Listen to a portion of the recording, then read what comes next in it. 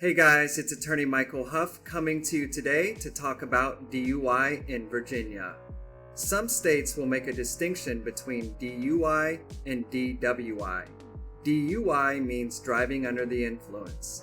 DWI means driving while intoxicated, which is basically just a more enhanced version of a DUI. Virginia does not make such a distinction. We just call everything DUI, or we just call everything DWI. Regardless, if you're charged with a DUI in Virginia, you're charged under Virginia Code 18.2-266. A code is simply another word for a law. Let's look at that code section. Notice that the code is split up into 5 categories.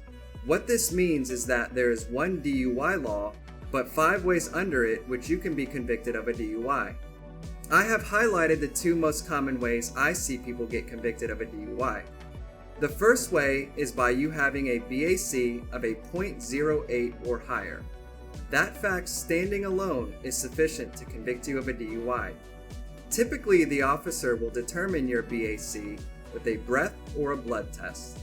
The second way for you to be convicted of a DUI is if the officer has evidence that you are under the influence of alcohol.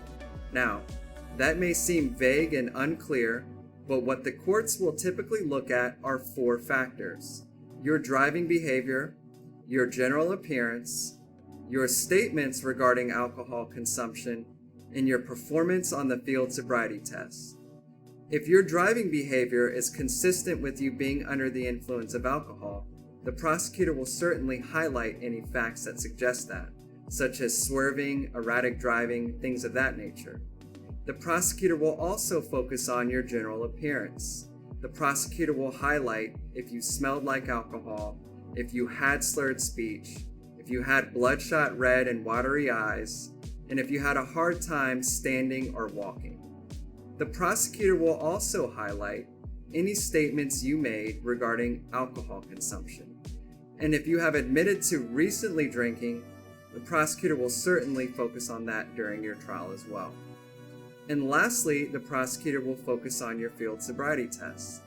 If you've displayed enough clues of intoxication, the prosecutor will certainly highlight that in front of the judge.